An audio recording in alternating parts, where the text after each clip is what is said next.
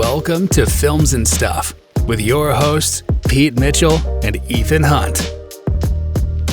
All right, Pete, pull yourself away from your plate of gourmet food and let's get serious about the official Films and Stuff movie working title, Vessel. That's right, Ethan. And don't forget the S.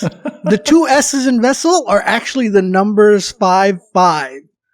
So it's Ve55el, and whatever ship it is going to be like, I don't know, the USS something 55 or something like that. The 1955. 1955. So this is just our little passion project. It's not really even an episode, but, well, it's an episode, but of our passion project. I can't remember where the idea even came from, but we basically had a working plot of a movie, and now we're just going to take some time and try to workshop it a little bit more. Yeah. So the idea came up after we saw Ambulance. Oh, yeah. Where we were talking about Michael Bay's latest movie, right? And the point is that Michael Bay makes all these crazy, crazy movies. You see beautiful drone shots. You see chase sequences. Tons of explosions, scantily clad women and models, all these super handsome young men, and he's basically he's the director that everyone thinks of who made the Transformers franchise and kind of made Will Smith famous in Bad Boys back in the 90s. Bad Boys for life. Yep. And I think the genesis of this idea was the fact that we were joking about the fact that he's done everything with drones. He's done stuff with car chases and car sequences. And the one thing we haven't seen is really a sequence on the ocean. We've seen stuff with Top Gun with the air. Yep. We've seen Fast and the Furious with cars. And we thought, man, if there's one guy who loves the U.S. military or armed forces more than anyone else, it's got to be Michael Bay, right? He makes all these super patriotic July 4th summer blockbuster movies. And we thought, hey, what if we did that and combined that with the ocean? I'm in. We are in. Our working title is Vessel. And let's just make some ground rules. Mm-hmm. Or at least I only have one. Everything is being workshopped. Nothing's taken personally. Let's just come up with the best product. I think Vessel is not bad, but I can't say that I'm 100% sold on that. I think it's a working title right now. I'm 100% with you. And the only other considerations I think when we do this is that we need to have something that is kind of going to be reasonably cost effective, and so it gets greenlit, and something that has some potential for a sequel and trequel. What's four? Quequel? Quadrilogy. Oh yeah, trilogy. So those are I think the only guidelines that we have to do. So the way that we started workshopping this was we said that we even took out the old Google map, right? Oh yeah. We started looking at, we thought this should be based in basically the Pacific Ocean. And ultimately, I think we kind of wanted to end up in Hawaii, just because it's got some glitz and glamour, and we need to have some land-based shenanigans. Land-based shenanigans. So we were kind of thinking that this would start on a U.S. naval base, Guam, or any of these other kind of territorial islands that we saw on the map. And we even kind of identified how long it would take different boats or vessels to get from there to Hawaii. And they're all kind of within 24 to 36 hours based on kind of ocean conditions and fuel capacity and things like that. So that's all realistic. And I guess my working idea, and you tell me where we can tighten this up, is that we had I thought it should be a nuclear submarine that was somehow damaged. And then it went to this, U.S. naval base for some type of repair. It couldn't be repaired there. And because maybe there was a storm or something else, it had to be moved. And the way that it would be moved, as you mentioned, that there would be a tugboat that would be pulling it from like a steel cable. And because of kind of the protocol for such a nuclear submarine, there would also be like a destroyer that would go alongside of it. So we've already got 3 ships or 3 vehicles, right? 2 are propelling themselves. 1 is being dragged along.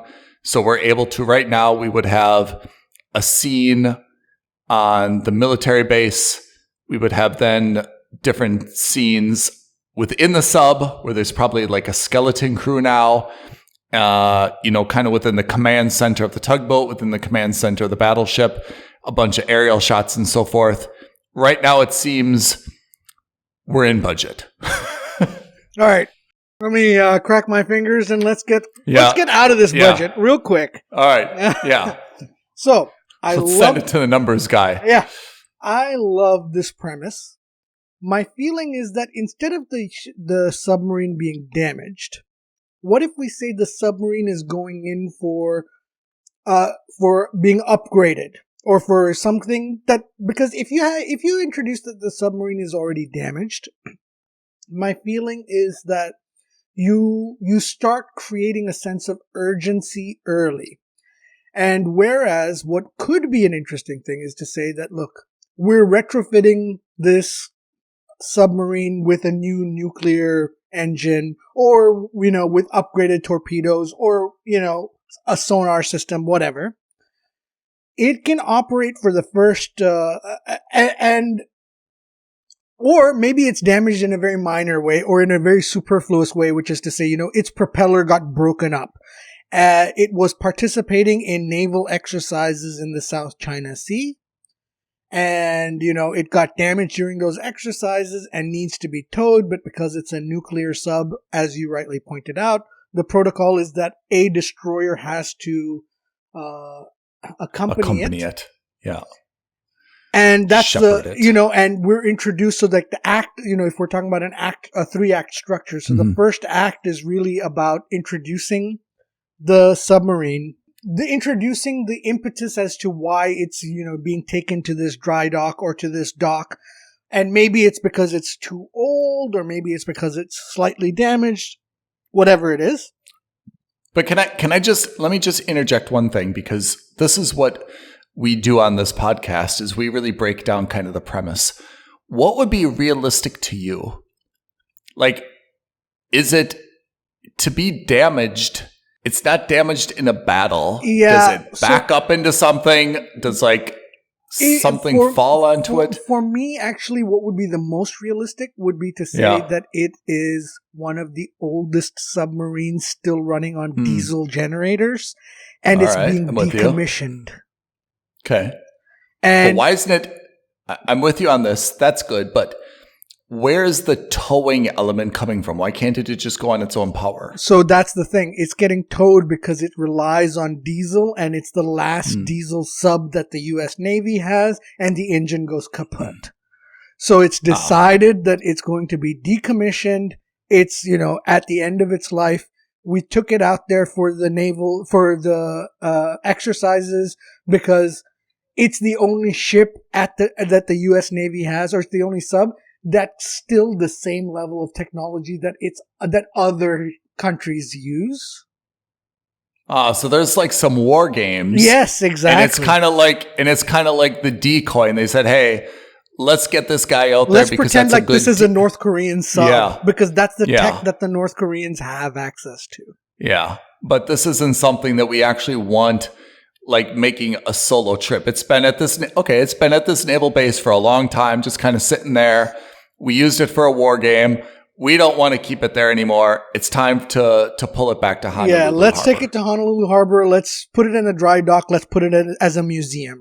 I think right now we've got something that's kind of plausible. Okay. Right? Now we get... Yeah. And so because it's got a very, very, very minimal skeleton crew on it. And, it's got like maybe instead of 150 seamen on there, there's only like 15 guys on there, because It's chugging along. It doesn't really require much work or constant due diligence. And at the same time, you've got the destroyer that's accompanying it. Yeah. And what I think, and then, so that's the first half of Act 1. And we're also introduced to the bad guys. Whatever the bad guys are. And this is, this is something I think we need to workshop. We need to meet the guys who want access or who want this submarine for a plausible reason. So I guess this is where you and I need to workshop things, because my view was that we've seen kind of this trope so many times where they're this kind of like anonymous terrorist organization. And I feel like stealing a nuclear sub is a big deal. That's why I was kind of considering that this would be like an accidental thing. Like they become mixed up in this. Okay, yeah, that's a good idea. So fast forward to what my thought was.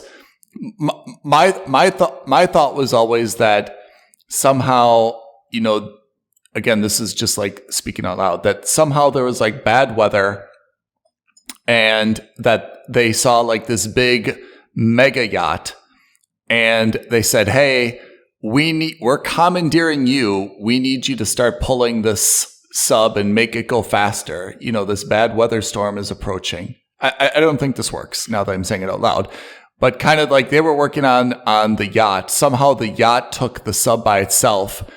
And when pirates hijacked the yacht, they got more than they bargained for because they realized this yacht that they now took is towing a U.S. nuclear sub. And they've kind of unexpectedly got more than they bargained for. The way that I said it doesn't really work. We need to tighten it up a little bit. But I just feel a little bit queasy. Talk me out of it. I'm open to it. But I feel a little bit queasy about one of these things like, well, this kind of Spectre type terrorist organizations got this plot and they're going to take out the destroyer and they're going to overtake the tugboat and then they're going to steal the U.S. nuclear sub. And the whole thing to me seems like there's so many like trackers and other things that this is going to be like easily disrupted and it's not going to go anywhere. Talk me out of it if you can. On that, I get it because I think we've all seen the shadowy organization one time too many. It's a common trope in these kinds of movies. Or like in the James Bond franchise, and it's kind of been run to the ground. Having said that, you do need a plausible bad guy, or you do want a plausible bad guy who wants to do something credible with that sub to justify stealing that sub, rather than the yacht that's pulling a sub. And what I was thinking was whoever the bad guy is, and at the moment, in my mind, it's nebulous as well. In the sense that, is it a rogue organization within the U.S. military? Or an inside job. Is it a rogue organization within the U.S. military? Is it a terrorist cell operating out of, China or the Philippines or even Australia, which would be another crazy blow, right? It would be a unique twist to see an ally country that's actually not an ally country in some way. And their idea is to take the ship or commandeer the submarine and blow it up with the nuclear payload that's already on the ship in Hawaii to create some kind of message or something. I don't know. All right. And then the idea is that explosion kind of sets off a tsunami which drowns half of Hawaii. I like the tsunami. What do you think of the inside job idea? The inside job idea is good. It harkens back a little bit to The Rock, which is to say which I am a big fan of, and also I'm big on The Rock. Also a Michael Bay movie. Michael Bay is a big fan of. The question is that overused? And most importantly, what's the motivation? What are they holding the U.S. hostage for? Is it for healthcare benefits? Is it for money, which I think is not a great motivation? What is the reason they're doing it? I mean, money seems like the easiest motivation, right? I mean, the most believable motivation, which is you've got this decommissioned sub that maybe it's like off the books, right? It doesn't really, I mean, I'm speaking at a high level here. It doesn't really have a serial number because it's been used for war games. It's not really entered into the inventory. It's just supposed to be taken to Honolulu and, like you said, used as kind of like a museum piece. Maybe they don't think they need to steal the whole thing. They just need to take kind of like the nuclear propulsion system. No one's really going to know. Like, they should have kind of like disassembled it and decommissioned it, but instead they haven't actually done that, unbeknownst to the team that's kind of like shepherding it to Honolulu. And instead they're like, hey, we're just going to now sell it because to this. It got hurt or damaged somehow in this war game, and it's being tugged. It's being accompanied by by a destroyer for security purposes, because they need to take it to a full U.S. base in the States, not in a territory, so that they can unload the nuclear missiles or torpedoes that are on the ship. And then what happens is, in the second act or at the end of the first act, there is a weather storm of some sort, and that causes a timer to count down, right? Whether that means that the hull is exposed or whether one of the cores is exposed, they need to get it there fast. But if they move it too fast, it explodes. This is now more like speed. Yeah, I like the element of speed. Can I throw something out there? You tell me if there's anything to this. What if, The Rock was based on, ostensibly, the fact that American soldiers killed in battle weren't given the proper amount of benefits or recognition for their sacrifice. What if this is something similar to that, which is like, rather than going the nuclear route, which again, we've kind of seen before, and that seems complicated to pull off. It's, hey, you know what? We actually want to sink this thing and make it like this big high-profile event. And maybe what they want to do is they want to claim that, we're doing this for the military veterans, but really they're just going to sell it to the highest bidder and go to the Bahamas and buy an island. Like, that's the subplot within. So you have a group of terrorists, but you have a division of the group of terrorists. So the terrorists think that they're doing something noble, but the real terrorists are like, no, we're actually selling this ship and we're going to make billions off of it. Or it's what if it's a false flag?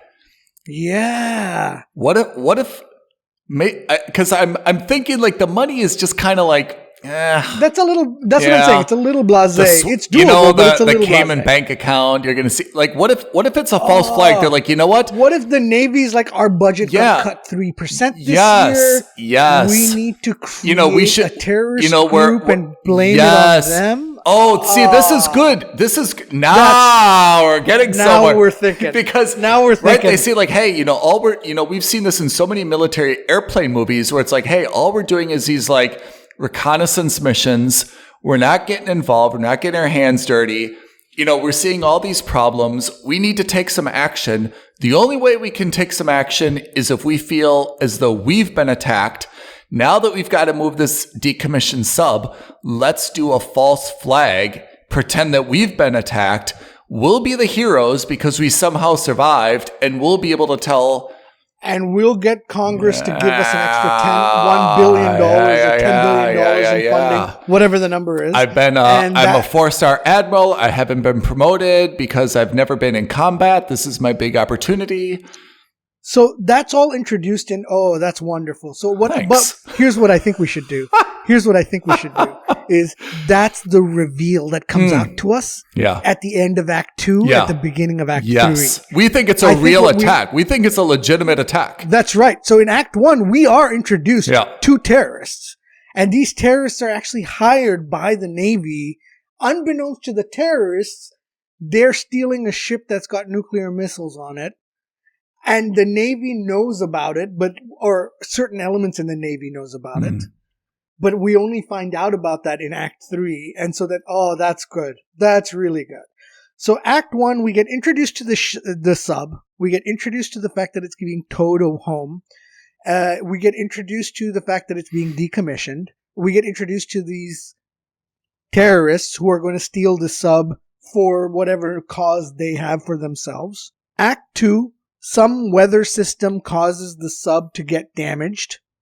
And so the sub we're on a timer to get it back into base before it explodes.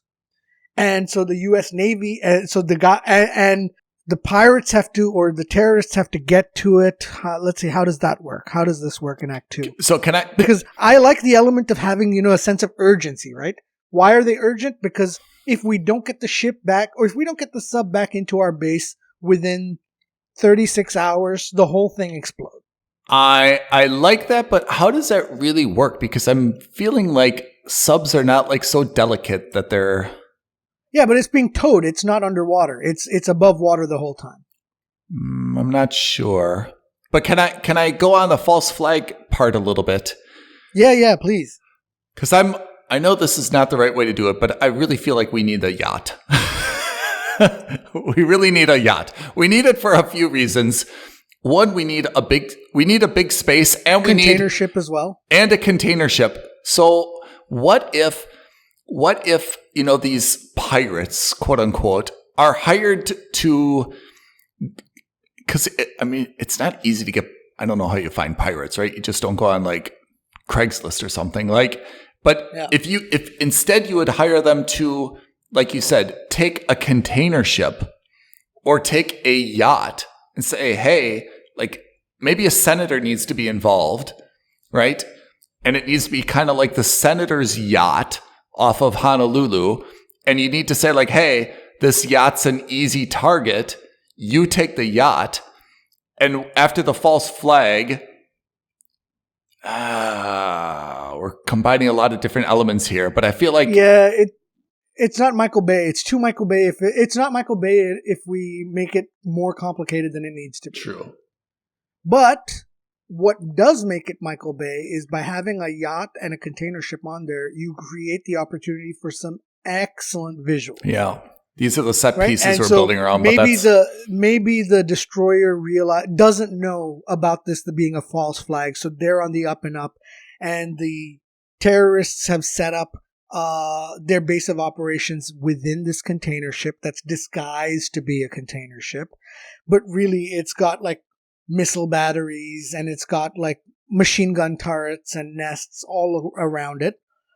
And the vessel and the destroyer has to go save the day. And then all of a sudden, this container ship comes off of its shipping route. And like you see containers fall off the ship and you see missiles coming flying out and starts attacking the vessel, the destroyer. Okay, can I maybe let me think of something. So it's going to be a false flag, right?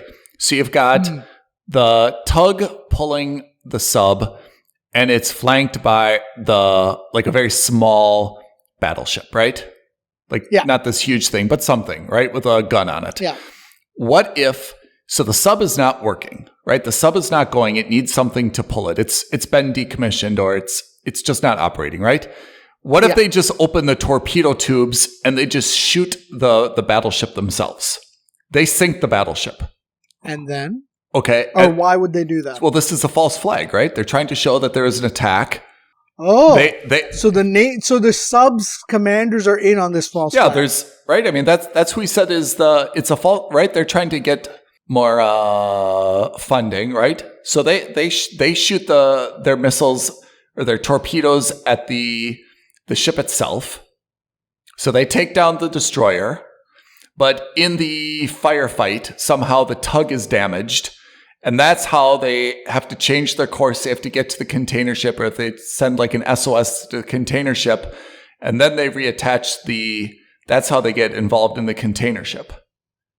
Does that work? And is the container ship still pirates? Because where are the pirates or terrorists coming in on this? Do we need pirates if we've got this false flag? Yeah. Where's our good guys? The reason it works, no, but I understand. You need the beauty, the idea of the false flag is you need to pin it on something, right? Yeah. So who are you pinning this on? You need to have a group of bad guys that are bad guys anyway, but they're unknowingly helping the guys who are creating this false flag. Like, who do you pin this act of sabotage on? So my thinking is, and I like this angle of this senator. Yeah. Well, we have this rogue senator who's on like the defense committee. Yeah. who's consistently like unable to raise funding to the Navy because he's an ex-Navy man himself. He's a retired 4-star admiral who joins politics. And he's, he clandestinely funds this small rogue terrorist group. Mm-hmm. And he gets the crew of the ship to attack the destroyer. Destroyer goes down. Fine with you. I'm with you there. The small group comes in on like the little black skiffs or something, right? On their ribs, that's right. They take, on the ribs, they take over the tugboat. That's easy, right? Yep, because it's a tugboat. And the tugboat, exactly. Go on. And then they've got they've got control of the sub. Where do we go from here? Now they've got control of the sub. Now they've got control of the sub. So this is where we have to come up with, if this is the case, you have to have like a ragtag group of good guys who saved the day at the last possible minute. I mean, shouldn't it be the good guys would... What if there are good guys on the ship, on the sub, and they have to do like and they have to take back the sub tugboat? I think that's right. I think the good guys have to be on the sub, and they're caught in the middle of this, and like we're sitting on this this decommissioned submarine. We're a skeleton crew of only 15 people. How do we take back the tugboat so that we gain propulsive control? Yeah. And how do we jury rig some weapons so that we can take out this container ship, which is their base of operations? So I guess if the ribs come in, right? So the tug is sunk. Or not sunk, but at least taken over and captured. Yeah. And then basically in order to avoid detection, they put the sub underneath, then they take over the container ship, which like you said is their base of operation. They put the sub underneath the container ship. This is like down periscope. They put them underneath the screws. Yes. And so that the sonar signal is scrambled. Right. And all of a sudden, they've just lost a submarine which has nuclear torpedoes on it. Yeah. And so unbeknownst, does the team on the tug and on the destroyer know that there's people inside the sub? Do our bad guys know? That's the thing. I think what you have is like this grizzled old ex-Navy guy on the tug, and he has to somehow alert the good guys who are on the ship, but because the ship is now underwater and he doesn't have access to a radio, he can't get to them or he can't communicate with them. Mm-hmm. So it becomes kind of like Die Hard on a submarine and Die Hard on a tugboat. That is definitely a pitch.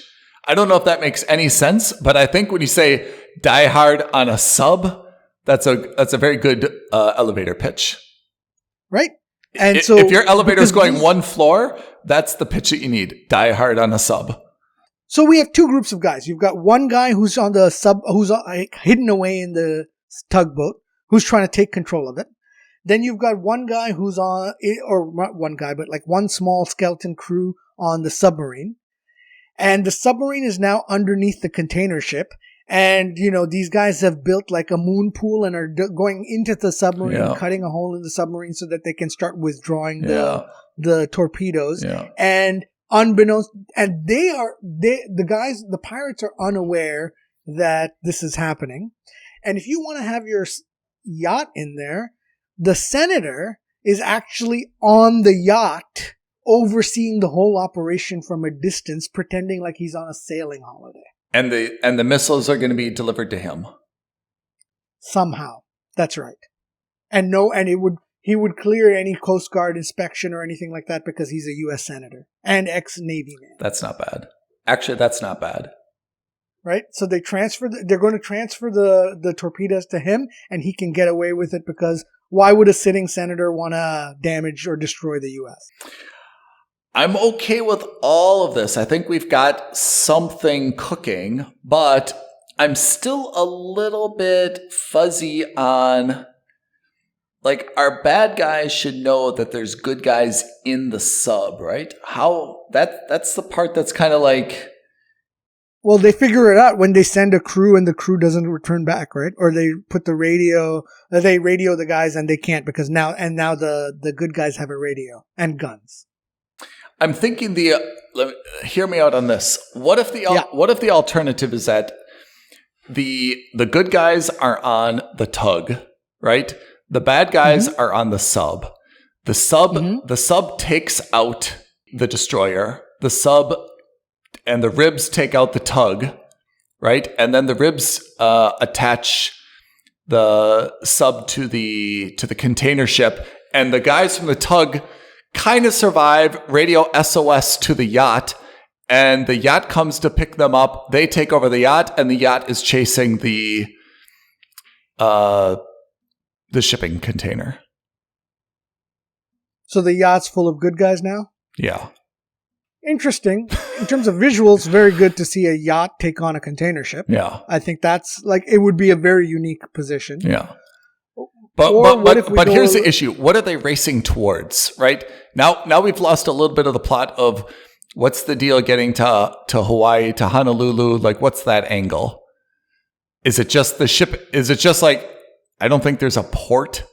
And it's like, hey, once those shipping containers get to the port, we're going to lose track of them forever. Oh, yeah, it could be that. But then it's not really Honolulu. Then it's more like Hong Kong, possibly. Maybe we go west. Or Singapore. Yeah, maybe we go west. Or like, hey, once those get to... Well, let's think about it. It could be Japan because they've got a great U.S. naval presence there. It could be Philippines. They've got a U.S. naval presence there. Yeah. And also then you can have more like local representation of the quote unquote bad guys that aren't actually the bad guys. They're hired by the real bad guys. Yeah. You go Indonesia, also a strong maybe country. Indonesia, because I'm thinking like there has to be a race. And I feel like the race is, hey, now that sub, they've got the sub under the container ship. Everyone thinks that the sub has been sunk along with the destroyer and that we're dead. We're the only people that can follow this and know where it's going. If those missiles get offloaded in a port, we'll never be able to. We'll lose them forever. Yeah. We'll lose them forever. Yeah. So the original pitch I had was the idea was that we were talking about weather originally. We had originally talked about weather damaging the submarine and creating that sense of urgency, right? Because it had like a cracked or exposed nuclear core. Yeah. And if it doesn't get to a base and is taken care of, it's going to explode and do untold damage to the marine life around it. Something like that, right? Do we find that compelling though? Because I kind of like that as well. But my two concerns, I'm not sure if these are concerns, but let me just raise them and you tell me what you think. Weather is kind of like not that exciting. We've seen like so many tornado and disaster movies.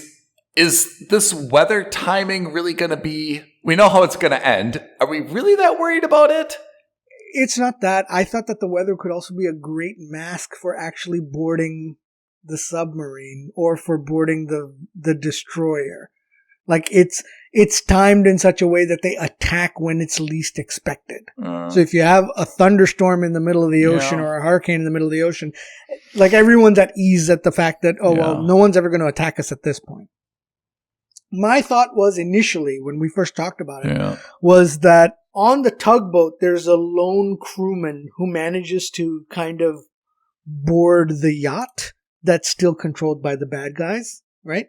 And the idea is that what he does is, and this is very Michael Bay, he plants a homing signal or like an infrared laser device so that it can be tracked and so that at the end of the movie, like 2 F-18s or F-35s fly out of this base at the last possible second to stop the yacht from ramming into a friendly port and blowing it up. Well, maybe that's the false flag. Maybe that's not a bad idea. Maybe the false flag is that they want to actually like do some damage, another Honolulu damage, or maybe they want to do like another Pearl Harbor or something like that. That's not bad. And they do this on like the 50th anniversary, Yes. the 55th anniversary of Pearl Harbor, or whatever the number actually is. Maybe that's not bad, is that it's not a smuggling mission. But you've already have an attack on the destroyer, right? That would kind of be enough. So we don't need the attack on the destroyer then. Yeah. Right? Or what we say is they try to attack the destroyer, but they just disable it, preventing the destroyer from actually helping in the stealing of the warheads. Your idea to have that destroyer to escort the sub, I think, is a very good idea. Unless we don't need the tug.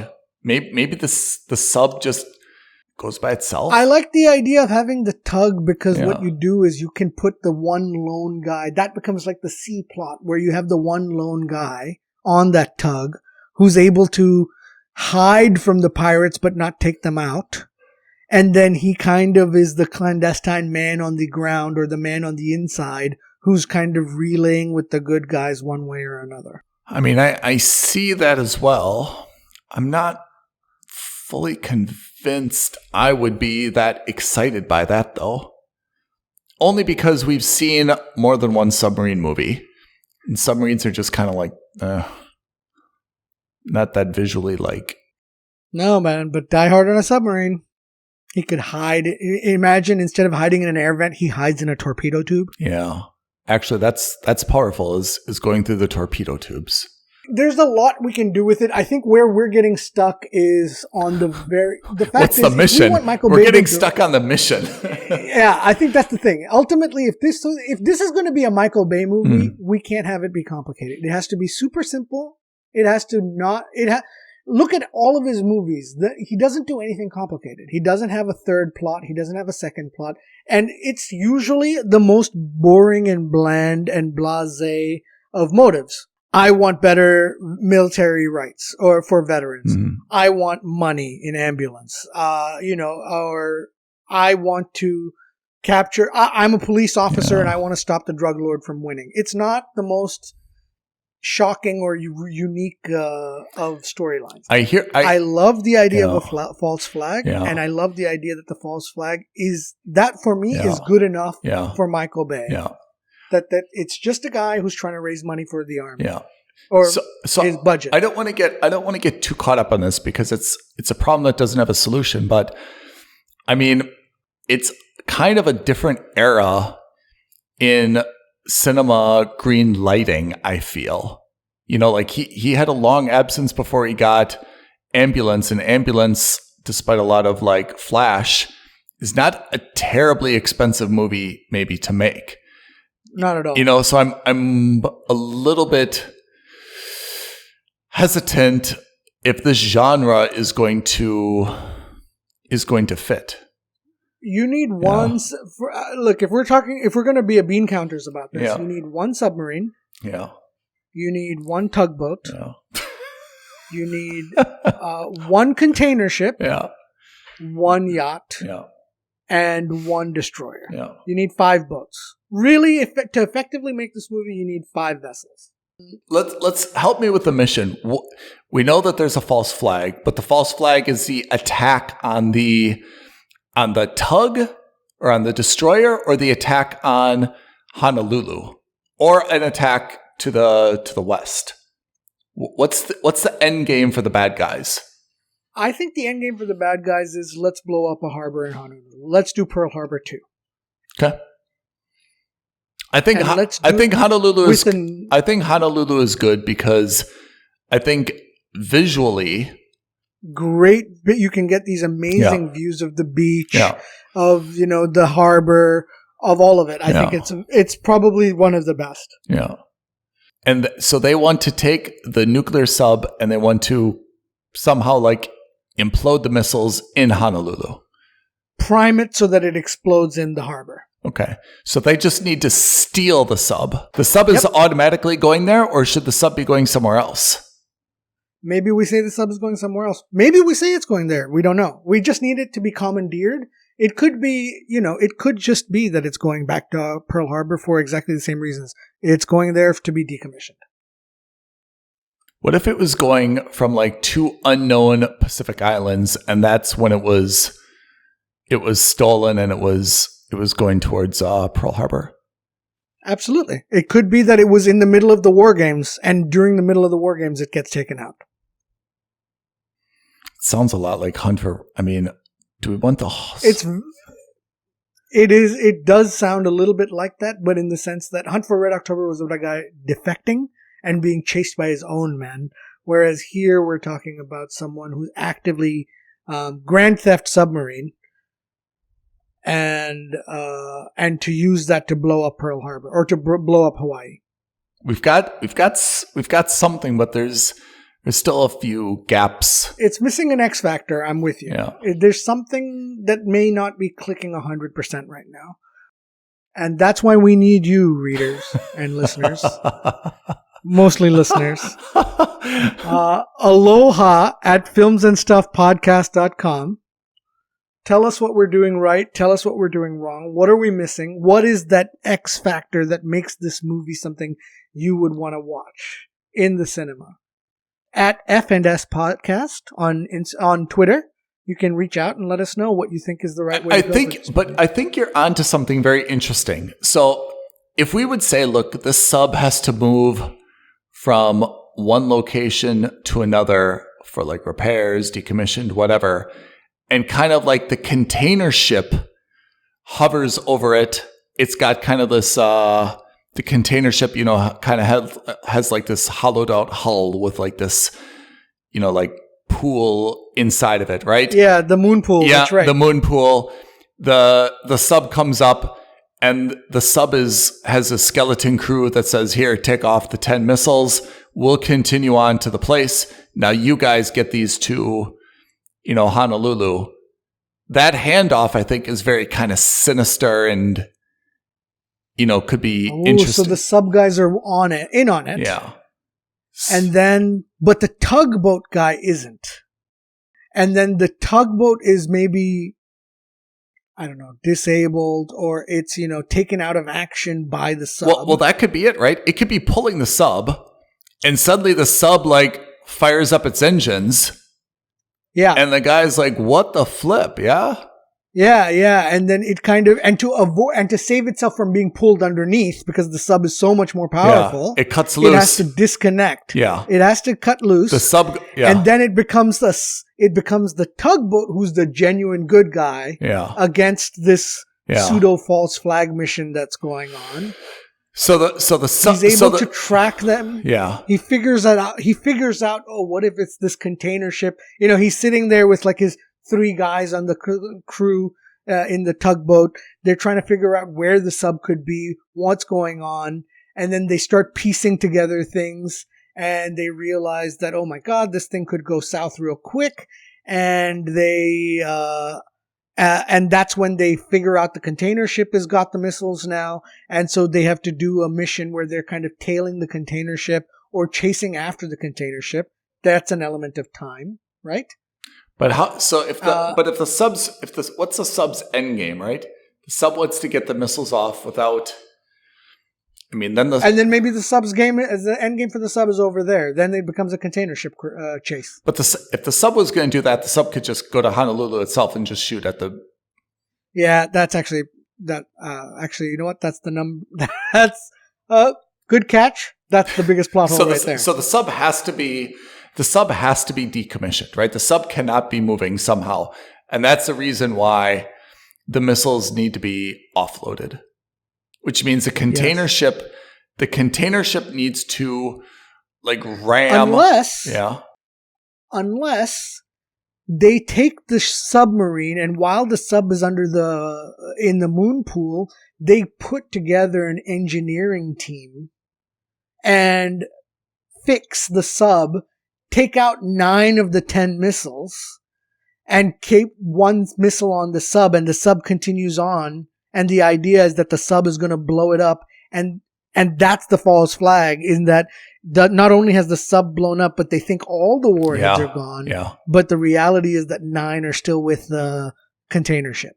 Yeah, I think that makes sense. Is that they've got to somehow get rid of the evidence, right? Because the sub and whatever is escorting it can easily be tracked, right? So they need to obviously commandeer it when it's most vulnerable, which is in the ocean. So the guys on the right and the guys then on the destroyer have to somehow like sabotage their own destroyer. It becomes and then it becomes a two-person race, right? The destroyer has to chase after the submarine or after the container ship, and the tugboat has to chase after the other one, because the submarine is still going to continue and blow up Honolulu, and the container ship has to be taken out because the container ship has the 9 missiles on there. So then I feel like the crew on the tug, realizing what happens, has to have their own rib. And they escape on the rib. And they see the yacht in the distance. They get to the yacht. They take over the yacht. And they're like, we got to chase that container ship. We got to chase that container ship. And then you have that visual of the yacht chasing the container ship. And the idea is that they inform everyone using their, ham radios or whatever. Yeah. And the idea is that there are no other destroyers because they're all in the Pacific doing the war games. Yeah. So none of the U.S. Navy ships can get to them in time. Yeah. So the idea is that the yacht has to get close enough the yacht, to the ship. So this is where where our set piece comes, is that the yacht, faster than the container ship, catches up to the container ship, rams it. You see the visual of all the containers falling into... Containers falling, missiles coming at them, and then finally in an act of Nick Cage trying to blow himself up at the end of the rock, they let off some flares off of the yacht. Or they put it like an infrared beacon like in Top Gun. And then at the end of the movie, you see 2 F-35s fly out from Honolulu and destroy the container ship and blow it up. And, everyone on the yacht just flies off in the last second. And at the same time, meanwhile, the naval destroyer is chasing the rogue submarine. And we have to work out how they're able to track them and do that. But at the very last second, you see that the timer is going off on the submarine, inside the submarine, as the warhead is about to go off. But they sink the submarine in the last possible second, so it becomes an underwater explosion, and then everyone is safe. Yeah, at some point the sub has to sink. What I said is, to have the sequel, the sub has to sink because the sequel has to be to save the sub, right? Or plunder it. Yeah. Plunder it. I like our set pieces, but I have to say our plot is still a little bit... Yeah, but then, that's also kind of a typical Michael Bay thing, which is, I think he does what we're doing, which is, let's build the set pieces, and then let's kind of loosely fabricate a plot and thread it through it. Yeah, I like that we really agree on the container ship. I'm so passionate about having a yacht, but I'm more passionate about having a yacht because I feel like also we need more people. The yacht can have some. It could be like a party yacht from some the yacht's got to be. It could be like a sheikh from the Middle East, a faceless sheikh from the Middle East, or some oligarch from Russia, or something like that. And we've commandeered their yacht for the sake of this mission. And the yacht's got to be traveling against. Yeah, I think. And then he's like, we're on a yacht. What weapons do we have? And the guys, the young Amir or sheikh or oligarch's like, weapons. And he opens up a closet and it's filled with like AK-47s, like gold-plated M16s, AK-47s. All of these like super cheesy weapons that you would never find in an RPG launcher and all these things. Yeah. Right? And he's like, I've got you covered, my friend. Yeah, I think that's right.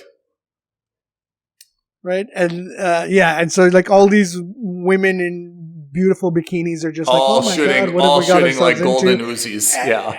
Exactly, right? Like it's the most ridiculous over the top thing, but then that's exactly what you want out of a Michael Bay movie. Yeah, I agree. I'm liking everything except where the the exchange between the tug pulling the sub accompanied by the destroyer, how that gets taken over, and why that isn't enough of an attack to justify the military budget itself.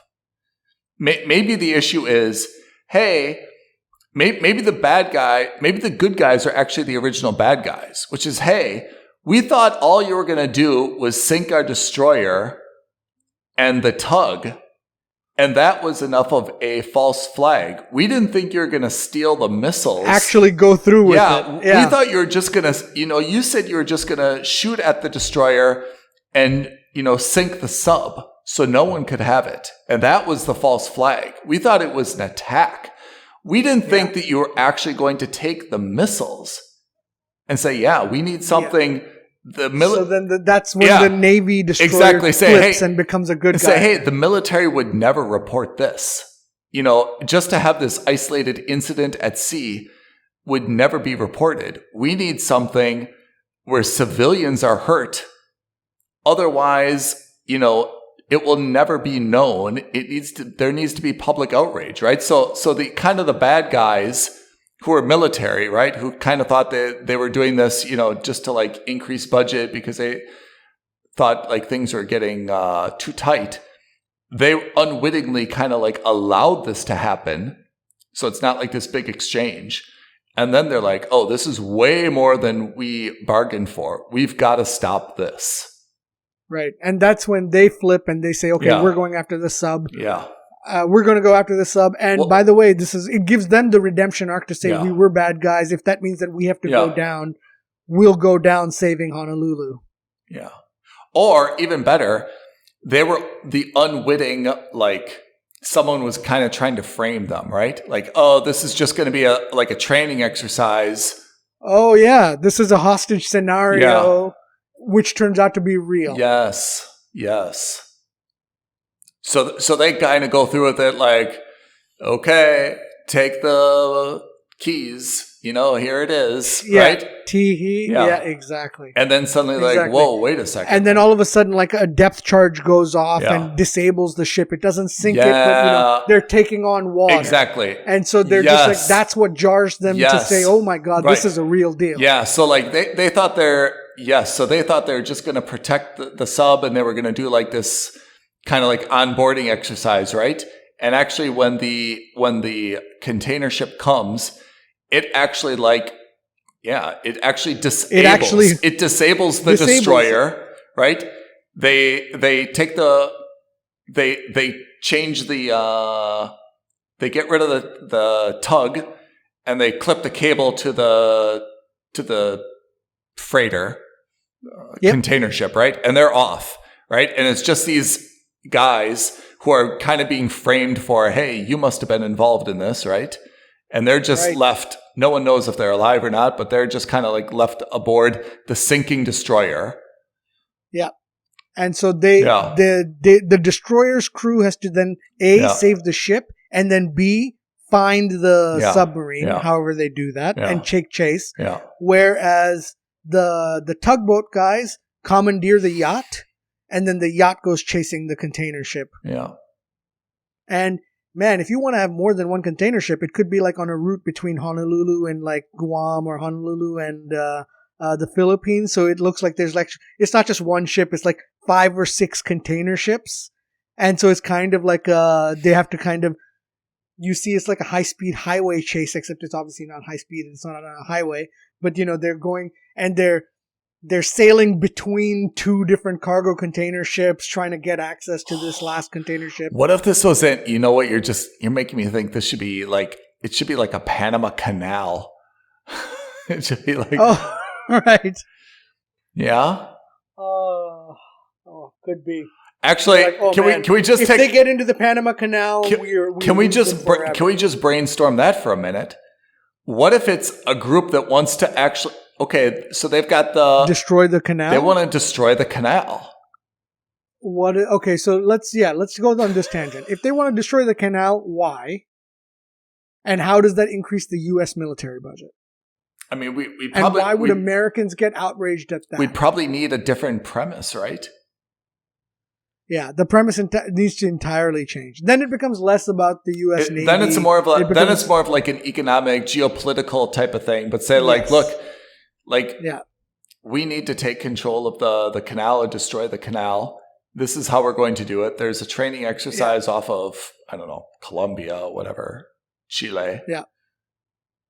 And we're taking the missiles and we're putting them on the container ship, because when the container ship goes... It's being funded by a corporation that's created their own second canal. And the idea is that by destroying the Panama Canal, everyone has to go to them, making them billions of dollars in fees. Hold on. Yeah, I like the first premise better. This is it's an interesting premise, but in terms of military hoo-ah, I think the first premise is slightly better. Hold on, I just have to go to maps, and I've got to see. Yeah, the Galapagos Islands are nearby. I just have to see the geography. Well, Colombia is Colombia is connected to Panama, right? There is a drug trade there, so you've got natural bad guys. There's not really a separate path. I mean, to have a separate canal is a pretty big thing. There's not really anything. Unless they're just trying to say, like, all trade's got to go around Mexico and Mexico. We'd have to really map out what the new premise would be. But that could also be a little bit interesting, I have to say. Yeah. I think it would be more internationally valuable. It makes I don't want to say it makes more sense, because we're getting into a gray area there, but it makes a little bit more sense. Like, that's a more, like, you could see like maybe why that would be done. I know this is when we're brainstorming it, but we got to brainstorm this. We have to brainstorm the brainstorm. I mean, what would you do for the Panama Canal? How would you even what would be the climax? You ram the container ship before it enters like the Panama Canal chamber? Yeah, in that little harbor. Yeah. That's exactly what you do. And then it becomes like a shell game, because you don't know on which container ship the missile is on. I don't really know the geography that well. Super interesting, though. What do you think, Pete? I think we're better off keeping it U.S.-centric. Yeah. I like Honolulu, but I have to say we've got a good... I mean, it also shows how hard it is to come up with something, right? I mean, we've definitely got the elevator. No, I think we came up with something quickly, but I think it's hard to make it timeless. Let's say it's hard to make it films and stuff proof. Yeah. I think that's it. This could easily be a Netflix movie, what we've got, if we dumb it down a little bit and just have 100% missiles stolen. But I mean, I think we both want something that's a little bit more timeless, realistic, and has a little bit of it's not plot simplicity. We say it's a Michael Bay film, but it's not a Michael Bay film. We still want it to have some turns in it. Yeah, we wanted to evoke the same emotions that something like Top Gun would evoke. Yeah, which is to say, you've got this huge nostalgia, huge sense of patriotism, and bravado and heroism. And we say Michael Bay only because of the set pieces, but realistically, it's maybe not a Michael Bay movie. I mean, when you talk about the first act and the second act, I mean, we can also just kind of segue them in terms of, there's a military briefing and say, look, last night at 1800 hours, decommissioned submarine was attacked off the coast of blah, blah, blah. It was in transit to be decommissioned, and we can kind of you can skip a lot of that. Right. Yes. Kind of montage. It's not really a montage, but we can show it happening and not get into all the exposition. Yeah, get into all the granular details. And then it's just okay, well, someone sank this thing and they stole all the missiles. Where are they now? Right? We're doing a lot. But we're doing a lot with the moon pool. How we're trying to get to the moon pool and dragging the sub is kind of the speed premise. But I think we need to go one way or another on it. Yeah, I like the. I like the visual of dragging the sub, But I have to say, I can't think of any single good reason why we're dragging the sub. You know? Yeah. No, again, we can make it work. We have to just think a little bit about it. Yeah. That's why I like the granular approach, which is that we have to think a little bit more about it, and I think it's got a lot more visual appeal than rather than just opening on a military news wire about the ship being or commandeered. What if the sub is just stolen? I mean, so they just hijack the sub, and then what do they do with it? I mean, then it's kind of like what if you just see like a tugboat puts a lasso around the sub and just drags it out. And everyone's like, what is going on? Yeah. Because obviously, like, you don't have the keys. You need like it's a decommissioned sub, right? It's just kind of like sitting there. It's not gassed up. It's right. It still has like some nuclear core in it or some reactor or uranium or something, right? But a tugboat, just like you can grab the keys to the tug and, you know, they overpower some guards. They grab the tug. They put a lasso around the sub and they just drag it out to sea. And there's a ambush waiting, right? Someone from the military base is going to follow. They put it underneath the freighter, and then they can't detect where that sub is anymore. It's lost. Are there any wheels to that? Too complicated? Not too. In fact, I think the exact opposite. I think too simplistic. Oh. I think a little bit too simplistic. Just to, you know, I like the idea of a heist where you see the heist rather than kind of like the end result of it. Yeah. I think it's, you know, and you're right. The fun thing about the heist is you want it to be like a really cool, well scripted like handoff or exchange, right? You want to see it's what makes the Ocean's 11 movies fun to watch. Is because they go into granular detail. Mm-hmm. And then, of course, they pull the rug out of you, which is what we're going to do as well with this being a false flag or whatever it is.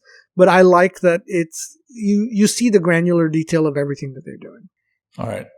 I think we need another episode to work this through, but we made some good progress. We haven't even talked about cast or characters. Casting or characters. But I think what we do is, based on this, let's, you know, work on it offline. Yeah. Let's do a 1-page synopsis, 3-act structure, and then we can start thinking about the characters and fan casting who would be ideal for each situation. I totally agree with that. I think that would be fun. And then, who knows, maybe Michael Bay, we know you're listening. Maybe you pick up the option. We know you're listening. Pete, I think this is very good so far. I think so too. I appreciate your time. I appreciate your creativity. We're still not there, but we're kind of making progress. Yeah, we're almost not built our in a day. normal films and stuff episode. Let's say more stuff, but film related. Indeed, film related. Everyone, thanks for listening, and please, we would love to hear some of your ideas as well. Yeah, tell us what you think would work. You know, help us fill in some of these plot holes that we can see. I think that, you know, we can make something wonderful together. Aloha at filmsandstuffpodcast.com. Aloha. Or tweet at us at F&S Podcast. Yep, we need some good ideas for Ve55el. Or even a new, heck, if you can't come up with a good plot, no problem. Tell us what you think is a better title. I agree. Title is also helpful. We can work backwards through that. All right. Everyone, thank you for listening. Pete, thank you for your time. Thank you again, Ethan. Bye, everyone. Bye, everyone. Thank you for listening to another episode of Films and Stuff. If you haven't already, please subscribe and review on Apple Podcasts, Spotify, or wherever podcasts are downloaded. Films and Stuff. There is no substitute.